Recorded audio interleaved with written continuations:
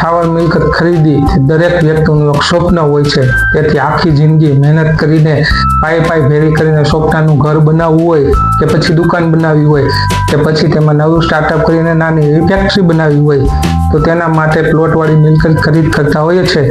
પરંતુ એ વાતનું ખાસ ધ્યાન રાખવું કે તમે જે હેતુ માટે પ્લોટવાળી મિલકત ખરીદ કરી રહ્યા છો તે હેતુ માટે તેનો ઉપયોગ કરી શકો તેના માટે જરૂરી છે કે તમે ડોક્યુમેન્ટની જરૂરી માહિતી મેળવી તેનો પૂરો અભ્યાસ કરો। તેમાં ઘણા બધા ડોક્યુમેન્ટની જરૂર હોય છે। મહત્વના ડોક્યુમેન્ટ કયા જોવા અને તેના આધારે આગળ નિર્ણય કઈ રીતે કરવો જેથી કરીને તમે છેતરપિંડીનો ભોગ ન બનો। બધા મિત્રોનું સ્વાગત છે મારી ચેનલ ધ લો ટાઈમમાં। હું છું LD ચીપરિયા, એડવોકેટ એન્ડ નોટરી। તો આવો તેને લગતી તમામ જરૂરી માહિતી શરૂ કરીએ। પોઈન્ટ નંબર 1, તમે જે હેતુ માટે પ્લોટ ખરીદ કરવા માંગતા હોય તે જ ઝોનમાં પ્લોટ આવેલ છે કે નહીં। ઘણીવાર મિત્રો એવું પણ બનતું હોય છે કે કારખાના બનાવવા માટે પ્લોટ ખરીદ કરી લીધો હોય અને આપણે તેમાં જ્યારે બાંધકામ શરૂ કરવા માટે પરવાનગી લેવા જઈએ ત્યારે ખબર પડે કે આ એરિયો તો ગ્રીન ઝોનમાં આવે છે, તો પછી આપણને કારખાનું બનાવવા માટે બાંધકામ પરવાનગી મળી શકે નહીં અને જો બનાવીએ તો આપણે લાંબી કાનૂની પ્રક્રિયામાંથી પસાર થવું પડતું હોય છે। એવી જ રીતે મિત્રો આપણે રહેણાંક માટે પ્લોટ ખરીદ કરતા હોય અને તે જગ્યા અન્ય હેતુ માટેની હોય તો પછી આપણે તે ખરીદ કરેલ પ્લોટ ઉપર ઘરનું બાંધકામ કરી શકતા નથી। તો પછી આપણે કઈ રીતે ઝોન જાણી શકીએ તેની માહિતી આપણે આગળ જોઈશું। પોઈન્ટ નંબર 2, પ્લોટ કયા પ્રકારના હેતુ માટે બિનખેતી થયેલ છે।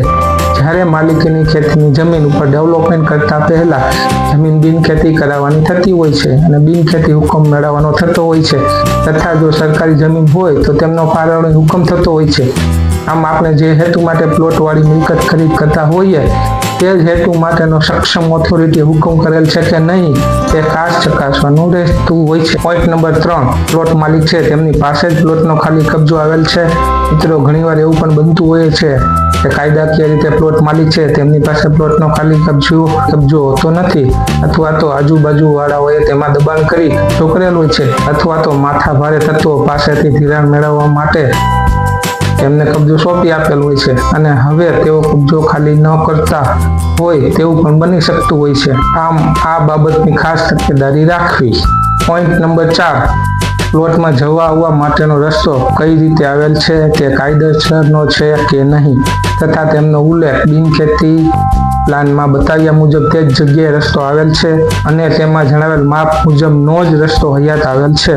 Point number 5, plot title clear છે કે નહીં તેમના ઉત્તરોત્તર અસલ તથા નકલ દસ્તાવેજો તથા revenue record, property card check કરી લેવા અને તેમાં નામ તમે જેમની પાસેથી મિલકત ખરીદ કરતા હોય તેમના નામ પર જ છે તે ચેક કરી લેવું। પોઈન્ટ નંબર 6, ઉપરોક્ત જણાવેલ બધું યોગ્ય જણાતું હોય અને પ્લોટ ઉપર કોઈ પણ પ્રકારનો કેસ, બોજો, લોન, ધિરાણ આવેલ ન હોય તો જ સોદો કરવો અને તો જ ટોકન આપવું। પોઈન્ટ નંબર 7, પ્લોટના ટાઇટલ તથા બોજા અંગેની પેપર નોટિસ આપવી। પ્લોટવાળી મિલકતની લોકલ ન્યૂઝપેપરમાં જાહેર નોટિસ આપવાથી આપણે જાણી શકીએ છીએ કે મિલકત ઉપર કોઈ પણ પ્રકારનો બોજો અથવા તો પ્લોટના ટાઇટલ સામે આજે અથવા તો ભવિષ્યમાં કોઈ દાવેદાર તો નથી ને।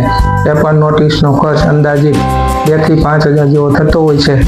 ટાઇટલ તથા બોજા અંગેની જાહેર નોટિસ હંમેશા એડવોકેટ સાહેબ શ્રી મારફતે આપવાનો આગ્રહ રાખવો તથા જાહેર નોટિસની મુદત પૂરી થઈએ તેમની પાસેથી નો ઓબ્જેક્શન સર્ટી મેળવી લેવાનું હોય છે। પોઈન્ટ નંબર 8, બાનાખત એટલે કે સાટાખત કરાવવું અને તેમાં જણાવ્યા મુજબની બાબતોની ચોખવટ કરાવી લેવી જોઈએ જેવી કે 1, તમે પ્લોટ કેટલા રૂપિયામાં ખરીદો છો। 2, બાનાની રકમ કેટલી આપવી।